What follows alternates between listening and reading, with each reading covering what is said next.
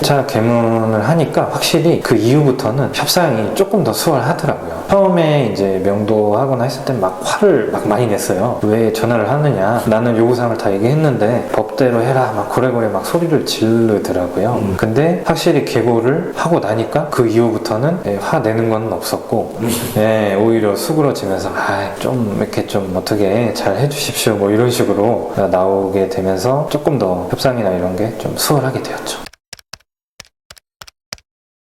왜 강제 집행을 가신 거예요?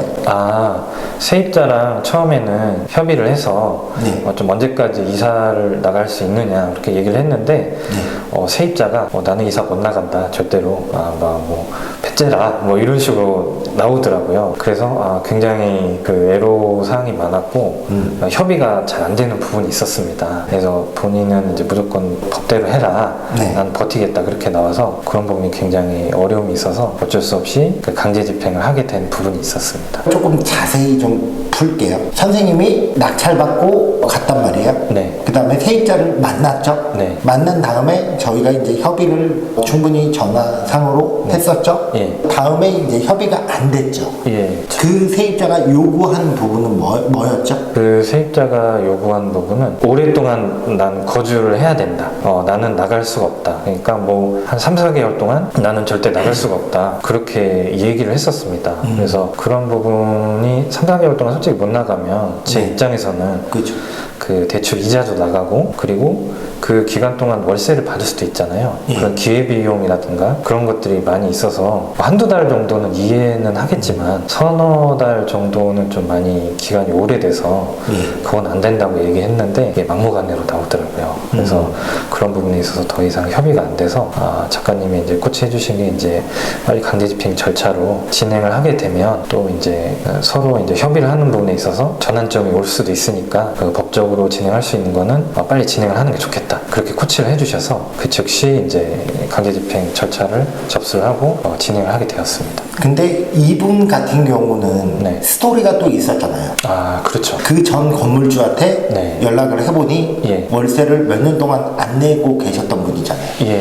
뭐 월세를 한 4, 5년 정도 안 냈다고 그렇게 말씀을 하시더라고요. 뭐 믿을 수는 없으나 뭐 한두 달 정도 내고 월세를 그 오랜 기간 동안 안 내고 버티고 있었다. 그래서 지금 집주인분도 명도하기가 쉽지가 않을 거다. 그렇게 말씀을 해주셨어요. 그랬더니 역시 아니나 다를까 명도가 쉽지는 않았습니다. 그러면 요약해보자면 그 전 소유자분하고도 통화를 했었는데 그분이 귀뜸해주길 이 물건이 경매에 나온 이유가 이 세입자가 살면서 월세를 안 냈기 때문에 경매로 날린 거였잖아요. 네, 맞습니다.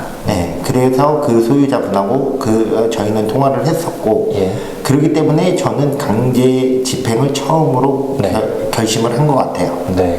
강제 집행 가는 게 저는 빠를 거라고 했는데 결과적으로는 어떻게 됐나요? 결과적으로는 이제 강제 집행을 신청을 했고 전 생각보다 좀 기간이 오래 걸릴 줄 알았는데 실제로 집행을 해보니까 기간이 그렇게 오래 걸리지는 않더라고요. 서로 이제 협의하는 부분도 있고 법원하고 해서 거기 이제 집행관님도 계시거든요. 강제 집행해서 서로 이제 일정이나 이런 부분을 서로 조율을 할 수도 있고 뭐 배려해 주시는 그런 부분도 있어서 저는 한 2, 3개월 걸릴 줄 알았어요. 강제 집행 같은 뭐 더 오래 걸리면 뭐 6개월 걸린다는 뭐 그런 얘기도 있었는데 실제로 해보니까 한 달? 한 달 조금 더 걸린 것 같습니다. 그 정도로 해서 생각한 것보다 빨리 돼서. 그리고 막연하게 한 달 이렇게 하면 또 오해하실 수가 있는데 그건 선생님이 계속 집행관실에 찾아가기도 했고 빠르게 조금 해달라 부탁드리니 조금 더 빨리 진행이 됐던 것 같아요.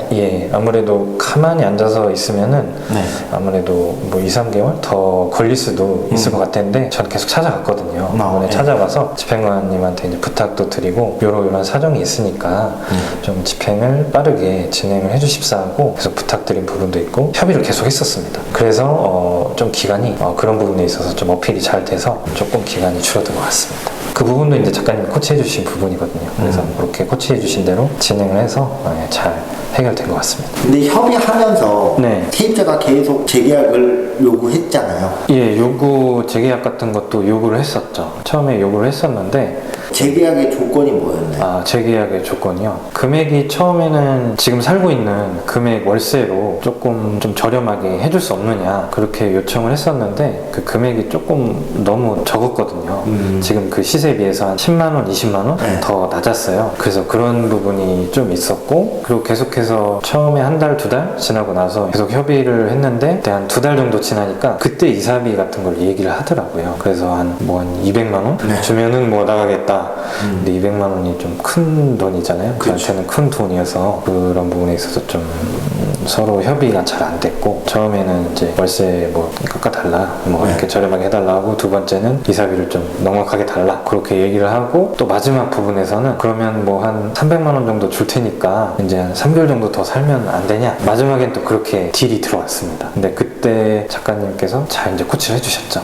그런 부분에 있어서 넘어가면 안 된다. 네. 네, 그래서 협의를 이제 응하지는 않고 집행을 진행하는 걸로 해서 빠르게 마무리를 잘 지었습니다. 차 개문을 하니까 확실히 그 이후부터는 협상이 조금 더 수월하더라고요. 처음에 이제 명도하거나 했을 땐 막 화를 막 많이 냈어요. 왜 전화를 하느냐, 나는 요구사항을 다 얘기했는데 법대로 해라, 막 고래고래 막 소리를 지르더라고요. 근데 확실히 개고를 하고 나니까 그 이후부터는 화 내는 건 없었고, 오히려 수그러지면서 좀 이렇게 좀 어떻게 잘 해주십시오 뭐 이런 식으로 나오게 되면서 조금 더 협상이나 이런 게 좀 수월하게 되었죠.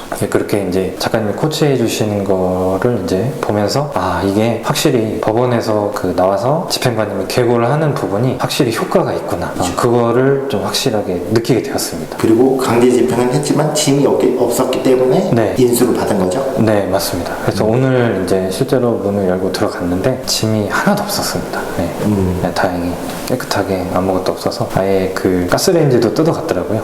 그래서 그래가지고 다행히 뭐 다 짐을 갖고 가서 다행히 안심이 되었습니다. 근데 이 집 같은 경우는 지금 누수가 조금 있네요. 네, 아마 누수 같은 게 있어서 네. 그런 부분은 이제 수리를 해야 되고 좀 알아보고 좀 해야 될 것 같습니다. 네. 그 부분은 어떻게 처리하실 생각이신가요? 그 부분도 처음에 제가 요거 입찰을 할 때 수리 부분은 한 1,000만 원 정도를 예상을 했었습니다. 작가님. 그래서 충분히 예상을 해서 진행을 했었고, 이제 좀 운이 안 좋게 누수 같은 게 있었는데 그런 부분은 그 1,000만 원 안에서는 충분히 감당이 가능할 것 같아서 이제 좀 알아봐가지고 이제 수리적인 부분을 이제 진행을 해야 되겠죠. 수리 비용이 많이 들면 수익률이 낮아지잖아요. 맞습니다. 근데 지금 선생님은 수익률은 안 낮아지죠? 수익률은 20% 정도 네. 나오는 걸로 계산을 하고 들어갔습니다. 선생님 같은 경우 요거 이제 월세를 받게 된다고 하면 순수입은 얼마 정도 나오세요? 보통 지금 월세는 한 1,000에 70 정도 생각을 하고 있고요. 그래서 지금 이자 나가는 거는 한 40만 원 정도 해서 한 30 정도, 순수이익은 30만 원 정도 남을 것 같습니다. 그럼 얼마를 투자하신 거죠? 실제로 들어간 돈은 한 2천만 원 정도 투자가 되었습니다. 선생님 빌라 4채에서 네. 총 월세가 얼마가 나오는 건가요? 지금 한 140만 원 정도. 그게 순수입이죠? 순수입입니다. 매출은 얼마 정도 나오시는 거예요? 매출은 한 300 정도. 300? 최근에 그 재계약을 했는데 세 번째 집이 근데 좀 월세가 조금 내려가서 한 20만 원 정도 조금 내려갔습니다. 그래서 조금 내려간 부분은 있는데 그 부분이 그렇게 큰 부분은 아니라서 확실히 이제 월 100만 원 이상 받게 되니까 그런 부분에 있어서 굉장히 좀 심적으로나 그런 것들이 많이 도움이 되고 있습니다. 그래서 궁극적으로는 저희 월급만큼 월세를 받게 되면은 어떨까 생각은 하고 있거든요. 그래서 그런 부분에 있어서 계속 열심히 하기 위해서 도전을 하고 있습니다. 그럼 빌라 4채를 지금 수익화하고 계신데 수익화한 결과 어떤 부분이 더 좋나요? 월세 받을 때랑 안 받을 때랑. 그런 부분에 있어서 예를 들어서는 뭐 이제 먹는 것 같은 경우도 있잖아요. 옛날엔 좋아하는 음식들이 비싼 게 있었는데 지금은 좀 부담 없이 내가 이제 먹고 싶은 음식이 있으면 구애받지 않고 먹을 수 있으니까 그런 부분에 있어서 좀 많이 도움이 되고, 그리고 제가 교육이나 이런 부분들 학원이나 이제 수강을 해도 수강료가 막 50만 원, 100만 원 뭐 이렇게 비쌀 수가 있습니다. 만약에 제가 월급만으로 했었다면 그런 부분이 굉장히 부담이 되죠. 함부로 할 수도 없고. 근데 그럼 월세에서 이제 100만 원 이상 현금 흐름이 발생 발생하기 때문에 그런 부분도 부담 없이 수강을 해서 이제 자기 개발도 할 수가 있고요. 그런 부분에 있어서 굉장히 도움이 되고, 그리고 저번에 한번 대리 입찰 관련해서도 말씀을 드렸는데, 만약에 제가 월세 없이 월급만으로 했다 그러면 대리 입찰 비용도 부담이 많이 됐을 겁니다. 근데 지금 월세를 받고 있기 때문에 그 부분에 있어서 부담 없이 이제 대리 입찰을 할 수 있게 되어서 그런 부분에 있어서 굉장히 좀 많이 도움이 되고, 조금씩 이제 조금 이제 좋아지는 방향으로 앞으로 이제 바뀔 걸 알고 있으니까 굉장히 재밌고 즐거운 마음으로 진행을 하게 되는 것 같습니다. 그러면 지금 경매하신 지는 얼마나 되신 거죠? 경매한 지는 이제 2년 정도 된 것 같습니다. 2년에 순수입을 얼마나 만드신 거예요? 2년에 순수입이 140만 원. 140? 예. 대단하시네요. 다 작가님이 코치해 주신 덕분이죠. 예. 2년 동안 월세를 받고 계시잖아요. 네, 받고 있습니다. 스트레스는 어느 정도인지. 월세를 처음에 이제 경매를 시작하기 전에는 월세를 안 주면 어떡하지?